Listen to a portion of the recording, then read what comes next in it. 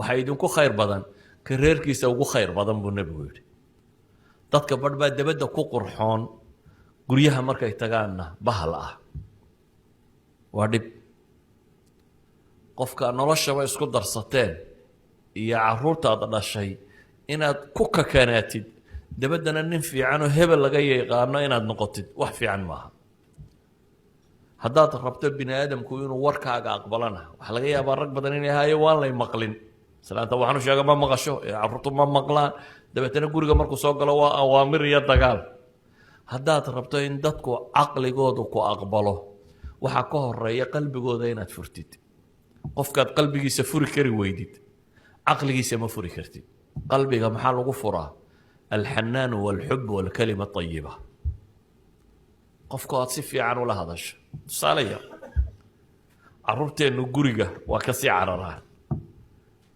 markay kindergarten xadaanada meesha carruurta lagu haya iyo iskuulkiiyo way jecel yihiin maxaa jira iskuulka markuu soo galo ama ka yari markuu xadaanada soo galo ay habarta joogtaa dhunkanaysa intay u fadhiisato ayay hag siinaysa laabta u saaraysa dabeetana waa soo dhaweynaysaa waa fadhiisinaysaa dharbay ka bixinaysaa markuu ka imanayana hag bay soo siinaysaa adiguna markuu guriga soo galana fadhiiso war baad ku bilaabaysaa dee iyadu kaa jeclaanaya hadday saatay waxaan uga jeedaa qalbiga qofkaa la furaa dabeetana caqligiisa kuu furmaya nebi moxamed calayhi salaatu wasalaam wuxuu leeyahy khayrukum liahli wa ana khayrukum liahli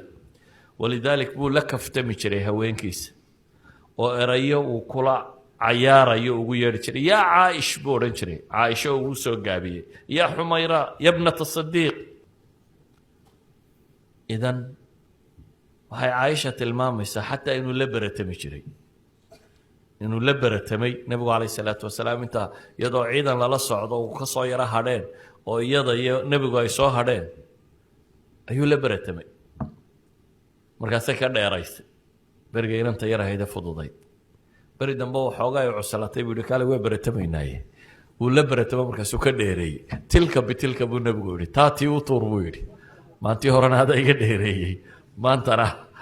ana kaa dheereeyey yacni waxaad qiyaastaa nebi moxamed oo nebiya oo rasuula oo ilaahay uu ka doortay bini aadamka oo dhan oo ummad dhan madaxweynaheeda oo inan yaroo 12 jira la beratamaya caaisha wuxuu nebigu ka dhintay iyadoo 18 jira inan yaroo 12 jira la beratamaya waxay tilmaamaysaa nebigu calayhi salaatu wasalaam qaabku uu la noolaa reerkiisa ilaa xad caaisha la weydiiyey nebigu markuu guriga joogo muxuu qaban jiray waxay tihi kaana yakuunu fii mihnati ahli faidaa xadarat salaatu yatawada yakhraj ila salaa dee reerku u shaqayn jiray bay tihi markuu guriga nebigu joogo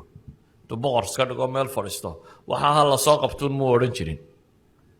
reerka shaqadiisii wax ka qaban jiray bay caaisha leedahay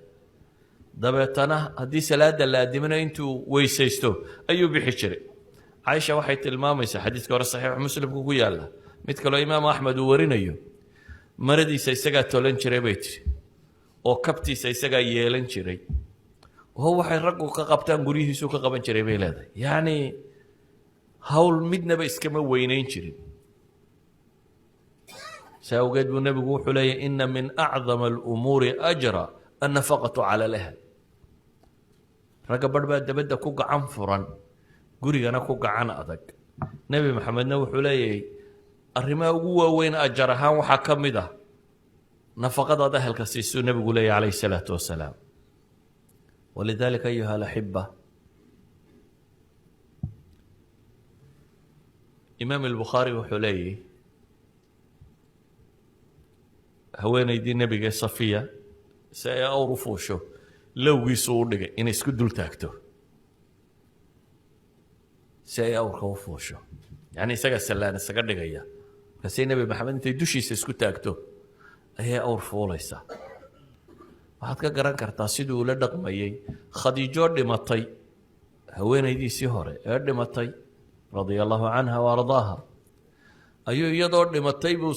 dadkii iyo dumarkii iyo dadkii ay asxaabta la ahaan jirtay ayuu weli hadiyada u dirayay khadiijo ma noola laakiin